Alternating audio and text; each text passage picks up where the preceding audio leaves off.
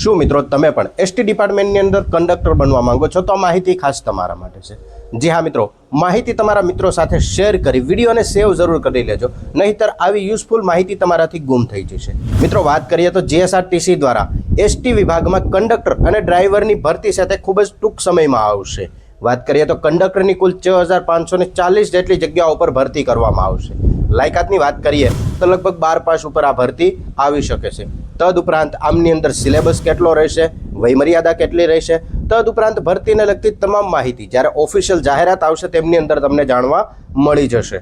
પસંદગી પ્રક્રિયાની વાત કરીએ તો પસંદગી પ્રક્રિયા છે તે લેખિત પરીક્ષાથી થશે અને આ વખતે લેખિત પરીક્ષા ફોર્મ ભરનાર તમામ ઉમેદવાર મિત્રો આપી શકશે।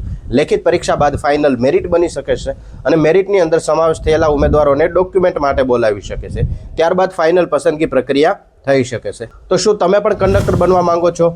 તો વિડીયોને લાઇક કરી તમારા મિત્રો સાથે શેર જરૂર કરજો।